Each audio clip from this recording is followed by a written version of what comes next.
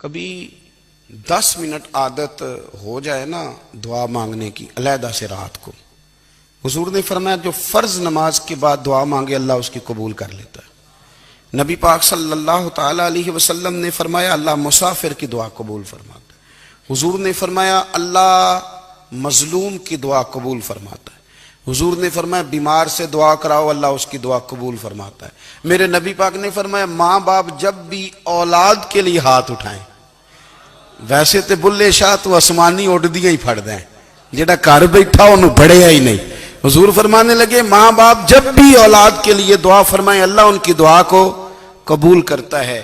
آپ اپنا تعلق بنائیں دعا کے ساتھ، عبادت کے ساتھ، مصلی کے ساتھ رشتہ بنائیں، استغفار پڑھیں۔ صلاح الدین ایوبی صلیبی جنگوں میں تھے، رات کو مسجد اقصیٰ میں نماز پڑھی تو پریشان تھے۔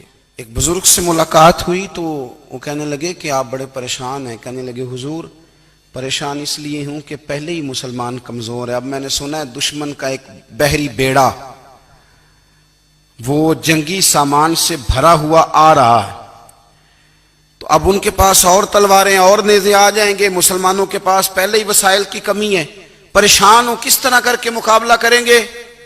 یہ بات کہتے ہی صلاح الدین ایوبی نے بزرگوں سے کہا حضور آپ بھی دعا کرنا، دعا کی بڑی طاقت ہے۔ میرے نبی پاک نے فرمایا دعا مومن کا ہتھیار ہے، دعا مومن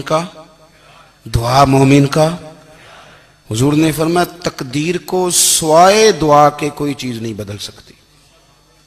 دعا مومن کا ہتھیار ہے، یہ کافر کے پاس کوئی نہیں، یہ ہتھیار ہے مومن کا۔ اللہ کرے آپ کو سمجھ آئے، پھر سنیں کئی بار کہہ چکا ہوں یہ ہتھیار ہے۔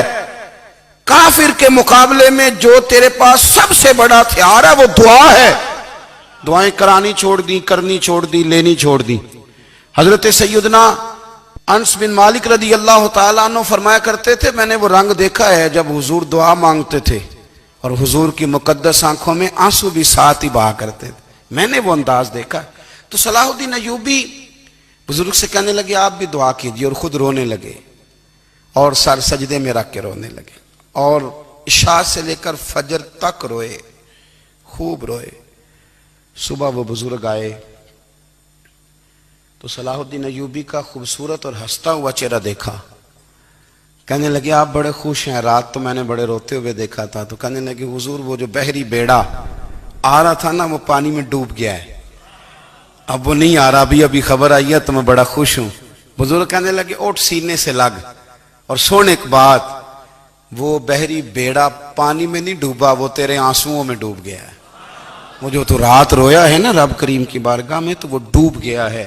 بھائی اپنا مصلی کا، عبادت کا، وظائف کا، اللہ کا سلسلہ اس کو مضبوط کرے، اپنی دعاؤں کے تعلق کو مضبوط کرے۔ دعائیں بڑے انقلاب برپا کر دیتی ہیں۔ ہم تھوڑے نا جب سے خشک ہوئے ہیں نا، خشک، اور میری تو جماعت ہی صوفیاء کی جماعت تھی، ہم تو داتا علی اجمیری کی جماعت سے، ہم تو خواجہ اجمیری کی جماعت سے، ہم تو شیخ احمد فاروق سرہندی کی جماعت سے، ہم تو صوفیاء کی جماعت۔ ہماری جماعت نے بھی وہ تعلق جو ہمارے بزرگوں نے بنایا تھا۔ بزرگ اللہ کے قریب کیسے جاتا ہے؟ ہمارے یہاں نا بہت سارے لوگ کہتے ہیں جی نظر ہو گئی تو کام ہو گیا۔ بھائی جو بخاری مسلم میں طریقہ ہے نا اللہ کا قرب پانے کا وہ تو نفل ہے۔ نبی کریم علیہ السلام نے فرمایا بندہ نفلوں کے ذریعے رب کے قریب جاتا ہے، اور اتنا قریب جاتا ہے کہ پھر اللہ اس کی زبان بن جاتا ہے، اللہ اس کی آنکھیں بن جاتا ہے، کان بن جاتا ہے، ہاتھ اور پیر بن جاتا ہے۔ تو یہ تو عبادت ہے، یہ تو اللہ کی بارگاہ کی حاضری ہے جو آپ کو اللہ کے قریب کرے گی۔ تو نماز کو اہمیت دے کے ادا کریں، نمازیں موبائل بند کر کے ادا کریں۔ لیکن نا کچھ لوگ کہتے ہیں مجھے ٹائم نہیں ملتا نماز کا، تو میں کہتا ہوں یہ آپ نے بڑی جرت کی بات کی ہے۔ مجھے کو میرا پیر بھائی کہہ دینا میرے پاس ٹائم نہیں آپ کو ملنے کا، تو میں کہتا ہوں آج کے بعد آنا ہی نہ۔ تو کیا سمجھتا ہے تو بہت بڑا آدمی ہے، تیرے پاس ٹائم نہیں ہے اور ہمیں ملنے کا ٹائم، موج کر۔ تو آپ نے اللہ رسول کو کہہ دیا ٹائم نہیں، اور عجیب فلسفہ ہے نا، کہا جائے نماز پڑھنے آؤ تو کہتے ہیں کپڑے ٹھیک نہیں، اور کہا جائے کہ آؤ ذرا دعوت پہ چلیں تو کہتے ہیں 1 منٹ ٹھہر میں کپڑے بدل کے آیا۔ نماز کے لیے کہا تو کہتے ہیں ٹھیک نہیں، دعوت کے لیے کہا تو کہتے ہیں میں ذرا تیاری کر لوں، یوں جانا مناسب نہیں۔ یہ معاملہ ٹھیک نہیں۔ رب تو فرماتا ہے کہ جب تو مسجد میں آ تو زینت اختیار کر کے آ، خوب ذوق سے دعا مانگیں، خوب شوق سے نماز پڑھیں، خوب استغفار کا مزاج بنائیں۔ آپ لوگوں کے بیچ رہ کے سوکھ حاصل کرنا چاہتے ہیں، لیکن آپ کو پتہ ہے کئی مہینے غار حرا میں رہنا بھی مدینے والے محبوب کا طریقہ ہے۔ ہر سال اعتکاف بیٹھنا الگ سے، یہ بھی حضور کا طریقہ ہے۔ مسجد نبوی کے اندر دروازہ کھلتا تھا نبی کریم کا، پر گھر کے اندر نفل پڑھے نبی پاک نے، اور حضور فرماتے ہیں کچھ نفل نماز گھر میں بھی پڑھا کرو، گھر کو قبرستان نہ بناؤ، ہمارا گھر اللہ کے ذکر سے آباد ہوگا۔ نبی پاک صلی اللہ علیہ وسلم نے ہماری توجہ دلائی۔ حضور صلی اللہ علیہ وسلم نے فرمایا بے توجہی کے ساتھ ادھر ادھر خیالات کر کے رب سے نہ مانگا کرو، تردد کے ساتھ بے یقینی کے ساتھ نہ مانگا کرو، بلکہ رسول کریم صلی اللہ علیہ وسلم نے فرمایا، یہ حدیث پاک مسلم شریف میں موجود ہے، حضور فرمانے لگے جب رب سے مانگو نا تو اصرار کر کے مانگو، جب رب سے مانگو تو اصرار کر کے، بچہ ناز دکھا رہا ہے اصرار کر رہا ہے، اللہ سے مانگو تو اصرار کر کے مانگو، اور فرمایا رغبت کے ساتھ مانگو۔ کیا خوبصورت لفظ ہے حدیث کے، حضور فرمانے لگے اصرار کر کے مانگو، رغبت کر کے مانگو۔ رب کے لیے کوئی چیز دینا مشکل تو نہیں ہے نا، اس کے لیے کوئی مشکل ہے تمہیں عطا کرنا، تو رغبت کر کے اللہ سے سوال کرو، اسے مناؤ۔ اور خود نبی پاک صلی اللہ علیہ وسلم کا حال یہ تھا، حضرت عائشہ صدیقہ رضی اللہ تعالیٰ عنہ فرمانے لگی کہ نبی پاک دعا رسول اللہ صلی اللہ علیہ وسلم، یہ لفظ ہیں حضرت عائشہ کے، اللہ اکبر، ذرا ان میں ڈوب کر دیکھیے گا، ذرا ان لفظوں میں کھو کر دیکھیے گا ام المومنین کیا فرماتی ہیں۔ حضرت عائشہ صدیقہ فرماتی ہیں، یہ بھی مسلم میں موجود ہے، کہتی ہیں دعا رسول اللہ، کہتے ہیں نبی پاک نے دعا مانگی، حضور نے دعا مانگی۔ سبحان اللہ، کیا لفظ ہیں، کیا وجد آفرین جملے، کہتے ہیں دعا رسول اللہ، نبی پاک نے دعا مانگی، ثم دعا، دعا مانگ کر حضور پھر دعا مانگنے لگے۔ حضور نے دعا مانگی اور دعا مانگ کر حضور پھر دعا مانگنے لگے، اور ثم دعا رسول اللہ، تیسری دفعہ فرماتی ہیں، کہتی ہیں حضور نے دعا مانگی اور دعا مانگ کر پھر دعا مانگنے لگے، یعنی حضور نے دعا مانگی اور پھر دعا مانگی، اور دعا ختم ہو گئی تو تیسری دفعہ پھر دعا مانگی، یعنی حضور نے مانگا۔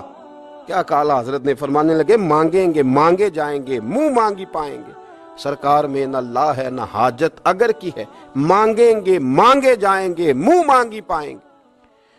حضور نے دعا مانگی اور دعا مانگ کر پھر دعا مانگی، اور دعا مانگ کر پھر دعا مانگی، تو نبی پاک صلی اللہ علیہ وسلم کا تو اللہ سے مانگنے کا، اس کو منانے کا یہ طریقہ۔ حضرت عبداللہ ابن عمر فرمانے لگے، یہ لفظ ابو داؤد شریف میں موجود ہے، ذرا ان کا بھی ذائقہ محسوس کیجئے گا۔ حضرت سیدنا عبداللہ ابن عمر فرماتے ہیں، میں حضور کی مجلس میں حاضر تھا، حضور مانگنے لگے اللہ سے، حضور اللہ سے مانگنے لگے۔ میں تو کئی دفعہ یہ دعا بھی مانگنے لگ جاتا ہوں کہ اللہ تو ان دعاؤں کی طرف تو دیکھ جو تیرے رسول نے ہمارے لیے مانگی۔ اللہ تو ہمیں تو نہیں نہ مانگنا آتا، نہیں طریقہ آتا، نہیں سلیقہ آتا، نہیں انداز آتا، ہم تو بے توجہ سے لوگ ہیں، بیٹھنے کا ڈھب نہیں آتا ہمیں تو ہاتھ اٹھانے کا سلیقہ نہیں آتا، ہم تو وضو کرنے کے اس طریقے سے آشنا نہیں، پر اللہ تیرے محبوب نے تو خوب مانگا ہے نا تجھ سے، تیرے پیارے حبیب علیہ السلام نے تو تجھے منایا ہے نا ہمارے حق میں، تو اللہ تو ان دعاؤں کی طرف تو دیکھ۔ حضرت عبداللہ ابن عمر رضی اللہ تعالیٰ عنہ فرماتے، میں حضور کی مجلس مبارکہ میں بیٹھا تھا، ابو داؤد شریف میں موجود ہے، کہتے ہیں حضور دعا مانگ رہے تھے۔ دعا کیا تھی؟ دعا حضور یہ مانگ رہے تھے، رب اغفر لی، یا اللہ ہمیں بخش دے، وتب علیہ، اللہ ہماری توبہ قبول فرما، انک انت التواب الرحیم، بے شک تو توبہ قبول کرنے والا اور رحم کرنے والا۔ حضور دعا مانگ رہے تھے، اے اللہ رب اغفر لی، یا اللہ ہمیں بخش دے، وتب علیہ، اور ہماری توبہ قبول فرما، انک انت التواب الرحیم، بے شک تو توبہ قبول کرنے والا اور رحم کرنے والا۔ حضرت عبداللہ ابن عمر فرماتے، اس ایک دعا کو ایک ہی مجلس میں ایک ہی جگہ بیٹھ کر میرے نبی پاک نے اپنی زبان اطہر سے 100 مرتبہ ادا فرمایا، 100 مرتبہ حضور نے یہ لفظ کہے، رب اغفر لی وتب علیہ، رب اغفر لی وتب علیہ، رب اغفر لی، اے اللہ بخش دے، رحم فرما، وتب علیہ، بس قبول کر لے نا اب ہماری توبہ، انک انت التواب الرحیم، بے شک تو توبہ قبول کر لیا کرتا ہے، تو رحم فرمایا کرتا ہے۔ ایک ہی مجلس میں 100 دفعہ حضور نے دعا مانگی، دعا مانگ کے پھر دعا مانگی، اور دعا مانگ کے پھر دعا مانگی۔ اللہ کو منایا میرے رسول پاک، حضور نے ہمیں بتلایا اسے مناؤ، اس کی بارگاہ عالی مرتبت میں جھکو. اور حضور نے خود بھی یہ طریقہ ہمارے سامنے بطور سنت کے چھوڑا، اور پھر نبی پاک صلی اللہ علیہ وسلم نے آگے بڑھ کے ہمیں کچھ اور باتیں بھی ارشاد فرمائی. حضور نے ہمیں بتلایا کہ پچھلے لوگ اپنے رب کو کیسے مناتے تھے، وہ کس طرح اس کے حضور ناز عرض کرتے تھے، منانے کے طریقے بھی بتلائے. فرمایا جب ماں باپ دعا مانگیں گے اولاد کے حق میں تو وہ مان جائے گا. حضور علیہ السلام نے فرمایا جب مسافر دعا مانگے گا تو اللہ مان جائے گا. فرمایا میرے رسول کریم نے کہ جب بیمار دعا مانگے گا تو اللہ مان جائے گا. اور سید عالم علیہ السلام فرمانے لگے جب تمہارے ضعیف، کمزور، مجبور لوگ دعا مانگیں گے تو اللہ مان جائے گا. اور حضور نے فرمایا جب تم فرض ادا کر کے دعا مانگو گے تو اللہ مان جائے گا. اور میرے محبوب نے فرمایا جب پچھلی رات اٹھ کے تم اس کے حضور عرض کرو گے تو وہ تمہاری دعاؤں کو قبول کر لے گا، وہ تم مان جائے گا. اور حضور نے ہمیں دن بتائے، فرمایا جمعے والے دن مانگنا مان جائے گا، شب قدر کو مانگ لینا مان جائے گا، شب برات میں دعائیں کرنا وہ مان جائے گا، رمضان کی راتوں میں مانگنا مان جائے گا، قرآن پاک کے ختم کے موقع پر دعا کرنا مان جائے گا. طریقے بتلائے. اب یہ ہے کہ ہم نے تو مانگنا تھا نا اس کی بارگاہ میں، ہم نے تو حاضر ہونا تھا، ہم نے تو جانا تھا. اب ہم نے آگے بڑھنا ہے، اس کے حضور عرض کرنا ہے. حضور نے ہمیں بتلایا کہ مومن متقی ہوتا ہے نا، پرہیزگار ہوتا ہے، تو اس نے کچھ نیکیاں بھی کی ہوتی ہیں. جس طرح اسے اپنے گناہوں کا پتہ ہوتا ہے نا، تو اسے پتہ ہوتا ہے کہ نہیں یار فلاں کام میں نے فقط اللہ کی رضا کے لیے کیا ہوا ہے، وہ میرا اور میرے رب کا راز ہے. فرمایا جب تم بڑے الجھ جاؤ نا، جب تم بڑی آزمائش میں آ جاؤ، اور جب تم سمجھ لو کہ اب میں بڑی تکلیف میں آ گیا ہوں، تو پھر ایک طریقہ حضور نے ہمیں اور بھی بتلایا مانگنے کا، ایک اور طریقہ بھی بتلایا. اور وہ روایت صحیح مسلم میں موجود ہے. راوی حضرت عبداللہ ابن عمر رضی اللہ تعالیٰ عنہ. حضور فرماتے ہیں 3 لوگ سفر کر رہے تھے. یہ آپ اندازہ فرمائیے صحیح مسلم کی حدیث ہے، اور ذرا حضور کے سمجھانے کا ایک یہ رنگ بھی ہے اللہ کو منانے کا، ایک یہ انداز بھی ہے اس کی بارگاہ میں گزارشات پیش کرنے کا. یہ بھی ایک طریقہ حضور نے ہمیں بتلایا. اگرچہ اپنی نیکیوں کو چھپانا چاہیے، نیکیاں جو چھپی ہوئی ہوتی ہیں وہ قیمتی ہوتی ہیں، وہ قیمتی چیزیں ہوتی ہیں جو لوگوں نے چھپا کر کے رکھی ہوتی ہیں. حضرت عبداللہ ابن عمر فرمانے لگے کہ نبی پاک صلی اللہ علیہ وسلم فرماتے ہیں 3 لوگ سفر کر رہے تھے، رستے میں طوفان آ گیا، تیز بارش شروع ہو گئی. تو حضور فرماتے ہیں وہ تینوں بارش سے بچنے کے لیے ایک غار میں چھپ گئے. ان کو پتہ ہے پرانے زمانے کے اندر غاریں ہوتی تھیں، اور لوگ جب سفر کرتے تھے لمبے تو پتھروں اور پہاڑوں کے بیچ میں سے سفر کرتے تھے. وہ غار کے اندر چلے گئے. اب چونکہ طوفان بہت زیادہ تھا، جب وہ غار کے اندر چلے گئے تو اللہ کے پیارے حبیب صلی اللہ علیہ وسلم فرماتے ہیں پتھر اوپر سے لڑکتا ہوا آیا اور غار کے منہ کے آگے آ کے اس نے غار کو بند کر دیا. اب اتنا تیز اور اس مضبوطی کے ساتھ وہ پتھر لگا اور اتنا صحیح فٹ ہوا کہ اندر روشنی آنی بھی ختم ہو گئی. اب 3 لوگ ہیں. تھوڑی دیر تو وہ پریشان رہے کہ شاید اب کبھی بچ نہیں سکیں گے، شاید چاروں جانب اندھیرا ہی ہے اور اندھیرا ہی رہے گا، شاید یہاں سے نکلنے کے لیے اب ہمیں کوئی رستہ میسر نہیں آئے گا. وہ پہلے تو پریشان ہوئے، پھر کہنے لگے یار اس طرح کرو، ذرا غور کیجئے گا میری بات پہ.